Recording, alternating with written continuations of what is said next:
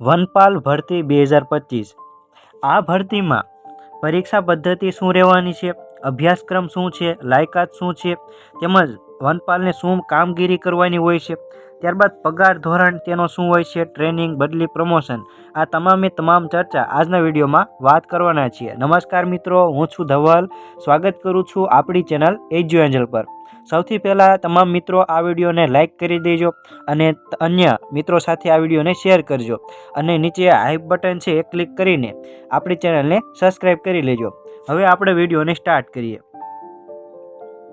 સૌથી પહેલાં આપણે જાણીએ કે ભાઈ વનપાલનું જે પદ છે, બરોબર છે, એ કયા પ્રકારનું હોય છે અને એને પ્રમોશન શેમાં મળે છે.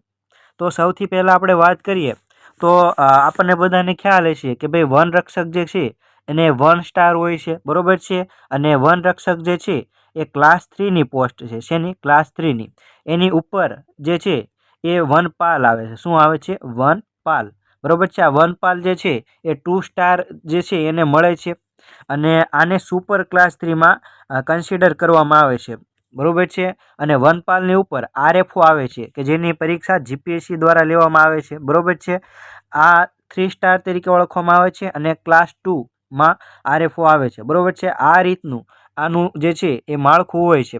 એટલે કે વનપાલ જે છે સુપર ક્લાસ 3ની પોસ્ટ છે અને 2 સ્ટાર જે છે એ આમાં હોય છે, બરોબર છે. અને પ્રમોશન જે છે વનરક્ષકને શેમાં મળે છે? વનપાલમાં. અને વનપાલને આરએફઓમાં પ્રમોશન મળી શકે છે, બરોબર છે. આ રીતનું આનું પદ અને પ્રમોશન છે. આગળ વાત કરીએ તો વનપાલની કામગીરી શું હોય છે. તો વનપાલ જે છે એ વનરક્ષકની કામગીરીનું સંચાલન કરે છે, બરોબર છે. વનરક્ષક જે છે એ વનમાં મતલબ કે જંગલમાં કોઈ વૃક્ષની કાપણી નથી કરતું, ગેરકાયદેસર પ્રવૃત્તિ નથી કરતું, બરોબર છે. પેટ્રોલિંગ કરવું, આ બધું વનરક્ષકનું કામ છે. આ વનરક્ષકની જે કામગીરી છે એનું સંચાલન જે છે એ વનપાલ કરે છે. અને વનપાલ જે છે એ આ કામગીરીનો રિપોર્ટ એ આરએફઓને આપે છે. મતલબ કે ઉચ્ચ અધિકારી જે છે રેન્જ ફોરેસ્ટ ઓફિસર એને આ રિપોર્ટ સોંપે છે નિયમિતપણે અને અલગ અલગ બીટ્સનું સંચાલન કરે છે, બરોબર છે. આ રીતનો એક જંગલનો વિસ્તાર હોય એમાં અલગ અલગ આ રીતે બીટ્સ આવેલા હોય છે, બરોબર છે. આ તમામે તમામ બીટ્સનો જે હેડ હોય એ વનરક્ષક હોય, બરોબર છે. આ બધામાં વનરક્ષક હોય. તો આ વનરક્ષકના જે બીટ્સ છે એ બધા બીટ્સનું જે છે એ સંચાલન કરે છે. કોણ? વનપાલ. આ રીતની એની કામગીરી હોય છે અને એનો અહેવાલ જે રિપોર્ટ છે રેન્જ ફોરેસ્ટ ઓફિસરને આપે છે. ત્યારબાદ આગળ વાત કરીએ તો વનપાલનું પગાર ધોરણ જે છે એ 26,000 રૂપિયા ફિક્સ હોય છે. કેટલા વર્ષ સુધી? 5 વર્ષ સુધી ફિક્સ હોય છે. ત્યારબાદ વાત કરીએ તો એને વધારો થતો હોય છે, ફૂલ પેમાં આવી જાય છે, બરોબર છે. ફૂલ પેમાં આવી જાય છે. અને હવે 8મો પગાર પંચ લાગશે, બરોબર છે. 8મો પગાર પંચ લાગશે તો આનો પગાર જે છે 5 વર્ષ ફિક્સ પૂરા કર્યા બાદ 40,000 પ્લસ થવાની શક્યતા પૂરેપૂરી છે, બરોબર છે.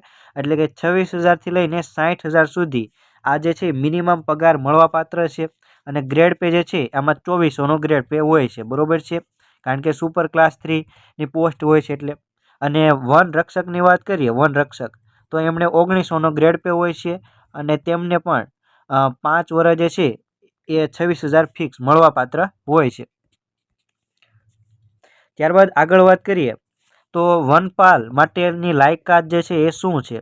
તો વનપાલ બનવા માટે આ વખતે એની ગ્રેજ્યુએટ મતલબ કે ગ્રેજ્યુએશન જે છે કમ્પ્લીટ હોવું ફરજિયાત છે. એ તમામ મિત્રો જે છે એ આમાં ફોર્મ ભરી શકશે વનપાલની ભરતીમાં. ત્યારબાદ આગળ વાત કરીએ તો પરીક્ષાની પદ્ધતિ શું રહેવાની છે. તો જૂની જે પદ્ધતિ છે, બરોબર છે, ગઈ વનપાલની ભરતીની વાત કરીએ તો છેલ્લે વનપાલની 2013માં ભરતી લેવાની હતી. અને તાજેતરના વનરક્ષકની વાત કરીએ એના આધારે આપણે કહી શકીએ કે ભાઈ પરીક્ષા પદ્ધતિ જે છે એમાં જે છે પહેલાં લેખિત પરીક્ષા લેવાય છે, બરોબર છે. આ લેખિત પરીક્ષા છે એના આધારે જ મેરિટ બનશે, બરોબર છે. અને મેરિટ બનશે પછી આમાં જે છે એ શારીરિક કસોટી લેવામાં આવશે, બરોબર છે. આમાં તમારે ખાલી ક્વોલિફાય થવાનું છે. સૌથી પહેલાં લેખિત પરીક્ષા આવશે કે જેમાં એમસીક્યુ હશે અને આમાં જો તમે પાસ થાવ છો, બરોબર છે, આમાં મેરિટ બનશે અને મેરિટમાં જો તમારું નામ આવશે તો તમને ફિઝિકલ માટે બોલાવવામાં આવશે, બરોબર છે. અને ફિઝિકલમાં તમારે ખાલી ક્વોલિફાય થવાનું છે. ત્યારબાદ આગળ વાત કરીએ તો લેખિત પરીક્ષા જે છે એ ઓફલાઈન મોડમાં લેવાઈ શકે છે, બરાબર છે. અને આ જે છે ગૌણ સેવા દ્વારા આ પરીક્ષાનું આયોજન કરવામાં આવશે. અને લેખિત પરીક્ષામાં ટોટલ 200 ગુણ જે છે એ 200 ગુણનું MCQ ટાઈપનું પેપર રહેવાનું છે, બરાબર છે. અને 100 જેટલા પ્રશ્નો રહેવાના છે. એક પ્રશ્નના 2 ગુણ મળવાપાત્ર છે. અને નેગેટિવ માર્કિંગ જે છે એ 0.25 ગુણ છે. અને સમય 3 કલાકનો રહેવાનો છે. મતલબ કે તમે આમાં રિસ્ક લેશો, બરાબર છે. મતલબ કે જો તમારો એક પ્રશ્ન ખોટો પડ્યો તો તમારા ખાલી ને ખાલી 0.25 જ કપાય છે, બરાબર છે. અને જો તમારો એક પ્રશ્ન સાચો પડી ગયો તો તમારા 2 માર્ક સાચા પડશે, બરાબર છે. એટલે તમારે આમાં રિસ્ક જે છે એ લેવું પડશે, બરાબર છે. કારણ કે બહુ ઓછું આમાં ખોટ જવાની છે. કારણ કે એક પ્રશ્ન એ 0.25 કપાવવાના છે અને એક સાચો પડે તો તમને 2 માર્ક મળશે, બરાબર છે. એટલે કંઈ બહુ લોસ જેવું છે નહીં. એટલે આમાં તમારે 100માંથી 90+ ટીક કરી જ દેવા જોઈએ. ત્યારબાદ આગળ વાત કરીએ તો લેખિત પરીક્ષા જે પણ વિદ્યાર્થી મિત્રો પાસ થઈ છે એ વિદ્યાર્થી મિત્રોને જગ્યાના 15 ગણા શારીરિક કસોટી માટે બોલાવવામાં આવશે, બરાબર છે. માનો કે 200+ જગ્યા આ વખતે આવવાની શક્યતા છે તો એના 15 ગણા કેટલા થાય? તો 3000, બરાબર છે. 3000થી વધારે મિત્રોને ફિઝિકલ ટેસ્ટ માટે બોલાવવામાં આવશે. આ રીતનું છે. એટલે કે મેરિટમાં જો તમે લેખિત પરીક્ષા પાસ કરીને આવ્યા, બરાબર છે, 15 ગણાનું મેરિટ બનશે, 15 ગણાનું. અને આમને શારીરિક કસોટીમાં બોલાવવામાં આવશે અને એ માત્ર ખાલી ક્વોલિફાય કરવાની છે.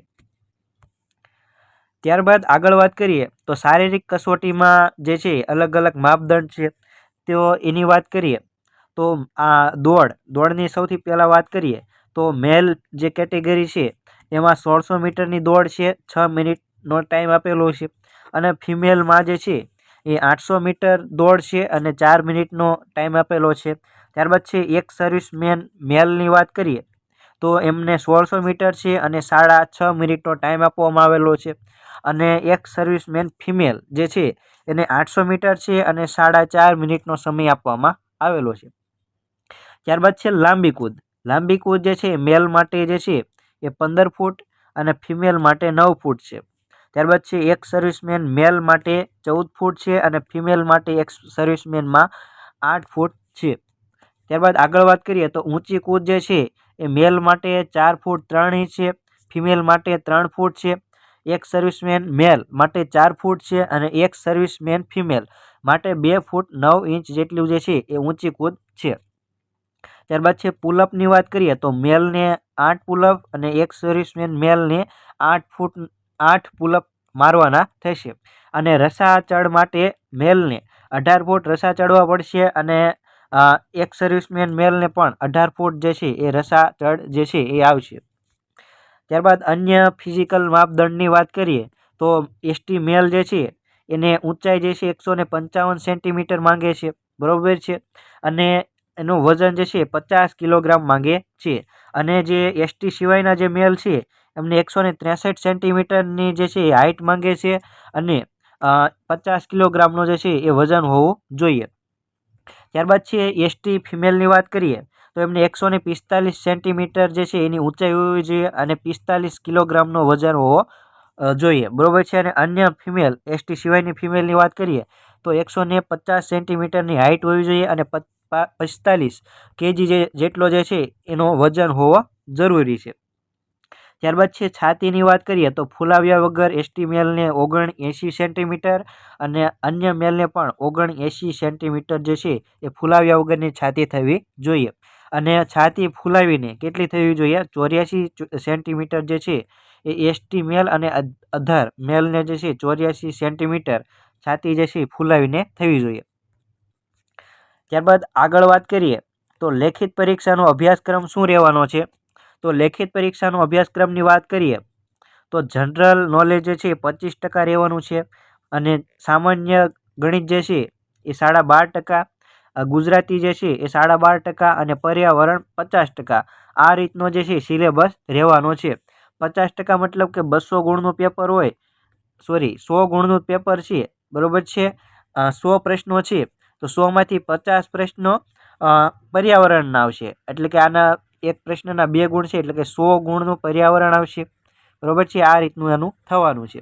મતલબ કે 50 પ્રશ્નો પર્યાવરણના, 12-13 પ્રશ્નો, ગુજરાતીના ગણિતના 12-13 પ્રશ્નો, આમાં રિઝનિંગ પણ જે છે જોડે જોડે સાથે સાથે કરી લેવું, બરાબર છે. અને જનરલ નોલેજના 25 પ્રશ્નો.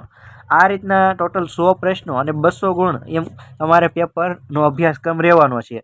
અને જો તમારે ટોપિક તમને એમ થાય કે કયા ટોપિકમાંથી પૂછાઈ શકે, તો તાજેતરમાં જ ફોરેસ્ટ ગાર્ડનો અભ્યાસક્રમ ટોપિક વાઇઝ આવેલો છે, તો એના આધારે તમે તૈયારી કરી શકો છો.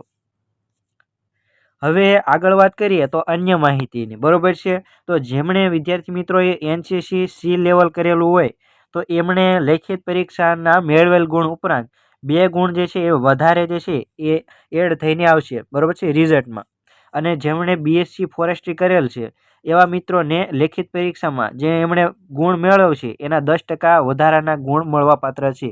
માનો કે વિદ્યાર્થી મિત્રએ 200માંથી માનો કે 140 ગુણ મેળવ્યા, તો આના 10% મતલબ કે +14 ગુણ જે છે એ આમાં એડ થઈને આવશે. મતલબ કે BSc ફોરેસ્ટ્રી કરેલા વિદ્યાર્થીને કેટલા ગુણ થશે, તો 154 ગુણ જે છે એ થશે. હવે માનો કે NCC સી લેવલ કરેલું હોય, એને માનો કે 136 માર્ક લેખિતમાં આવ્યા, તો એમને ઉપરાંત 2 ગુણ વધારાના મળશે, મતલબ કે 138 ગુણ એમના રિઝલ્ટમાં દર્શાવવામાં આવશે. આ રીતનું જે છે એ થવાનું છે. તો મિત્રો, આ હતી વનપાલની સંપૂર્ણ માહિતી. જો વિડીયો તમને ગમ્યો હોય તો આ વિડીયોને લાઇક કરી દેજો, તમારા મિત્રો જોડે આ વિડીયોને શેર કરી દેજો. અને આપણી ચેનલ પર જો તમે નવા હો તો ચેનલને સબસ્ક્રાઈબ કરી દેજો. અને વિડીયોની નીચે કોમેન્ટની બાજુમાં, બરાબર છે, આ રીતના હાઈપ લખેલું આવશે, અને હાઈપ દીજો વિદ્યાર્થી મિત્રો, હાઈપ દીજો, બરાબર છે, જેથી આ વિડીયો જે છે અન્ય જે વનપાલની તૈયારી કરતા હોય એ મિત્રો સુધી પહોંચી શકે, બરાબર છે. આવા જ વધુ વિડીયો માટે મળીએ નવા વિડીયોમાં. ત્યાં સુધી જય હિન્દ, જય ભારત, વંદે માતરમ.